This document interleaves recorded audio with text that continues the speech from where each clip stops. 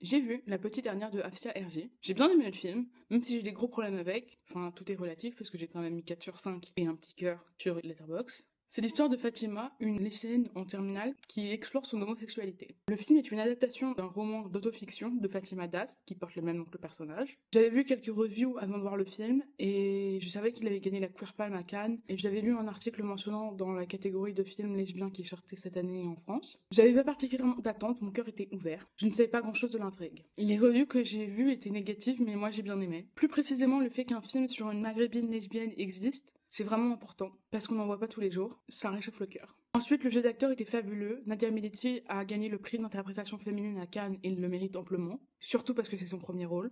On est pris dans l'émotion, les personnages secondaires sont très intéressants, surtout le personnage de la mère, qui est pas très présente, mais qui a une super scène à la fin. Le film était très drôle, ça a fait rire toute la salle à plusieurs moments. Il y a le personnage du médecin. Un autre point positif, c'est que le film ne rend pas exclusif la religion et la communauté LGBTQIA+.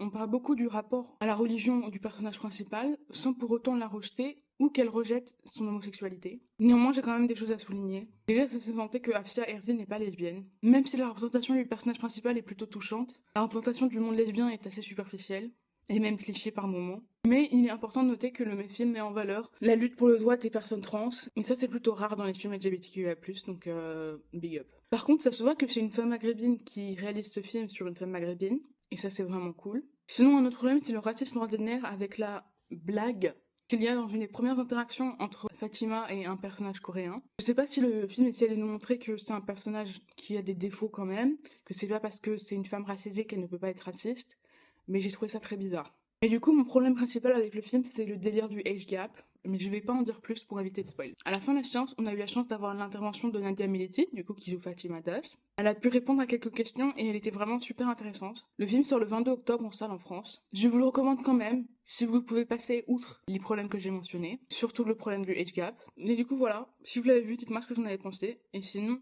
bisous bisous.